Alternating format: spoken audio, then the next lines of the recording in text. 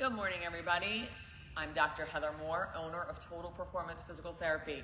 We're going to talk about patellar tendonitis symptoms. So first of all, the patella is your kneecap. So right here, this little bone in front of the kneecap. And patellar tendonitis generally affects the muscle that is right below the knee. It can be very, very painful, and it can cause a lot of issues going up and down the steps, running, walking. If it gets bad enough, standing, even sitting bothers it, but it is a very painful condition. A lot of times you can hear this refers to jumper's knee, but you don't necessarily have to be jumping or running in order to feel this.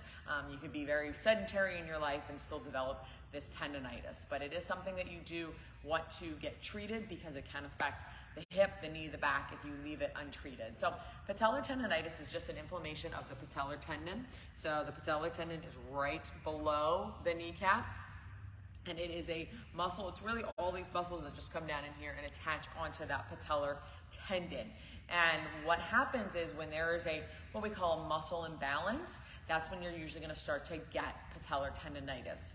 So really understand that you cannot treat just the patellar tendon in order to alleviate the problem. You may alleviate the symptoms, but they're going to come back. So if all you're doing is working on the knee and trying to calm down the inflammation, you'll get there and you'll have less symptoms, but you won't solve the problem and it will keep coming back. So if you're someone who has reoccurring tendonitis, whether it's in your knee or in your ankle or wherever, it means you've never identified the source. The source is not being corrected.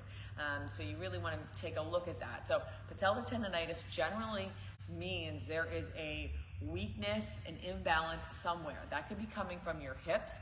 So a lot of times the outside of your hip, the inside of your hip needs to be strengthened.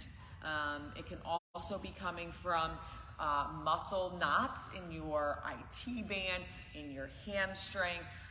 It also can be coming from improper footwear. So we see this more in the summer, believe it or not, because people are in their bare feet, they're in their flip-flops a lot more, they're not wearing the supportive sneakers like we do in the winter. That footwear or improper footwear can affect how your knee reacts, which then affects how your patellar tendon reacts. So using improper footwear, whether it's high heels, whether it is bare feet, can really impact that patellar tendon.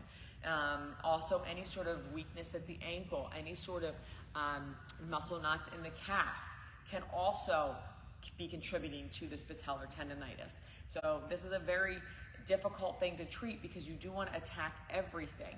You don't want to just work on the knee. There's nothing I'm going to say, okay, here's the stretch that you should be doing. I know a lot of people like to do the quad stretch where you pull your leg up and you stretch back. And that's going to help, again, treat the symptoms. And if you're just looking to treat the symptoms, that's a great way to do it. You just pull your leg up, back, and you're just going to hold that.